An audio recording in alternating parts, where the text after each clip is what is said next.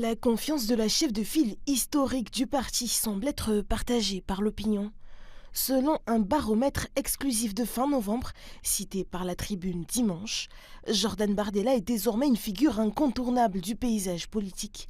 Les enquêtes le donnent systématiquement vainqueur au premier tour face aux autres candidats pressentis pour 2027. Cette popularité fait de lui le grand favori des prochaines élections, positionnant le RN aux portes du pouvoir.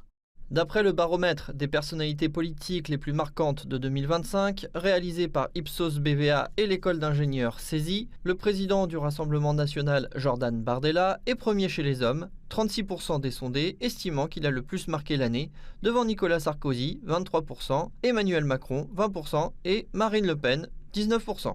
La succession est en marche au Rassemblement national.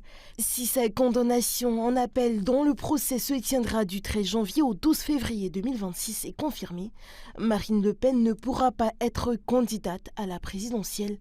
Un scénario pour lequel elle a elle-même désigné son successeur, Jordan Bardella.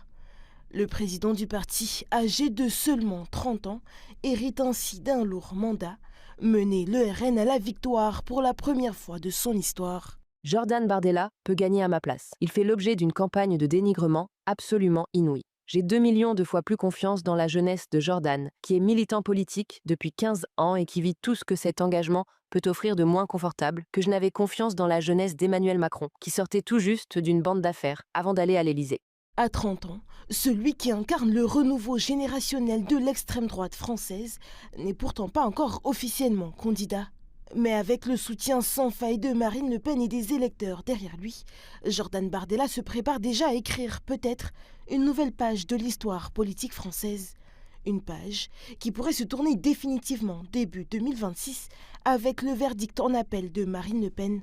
En attendant, c'est bien le nom de Bardella qui domine les pronostics pour 2027.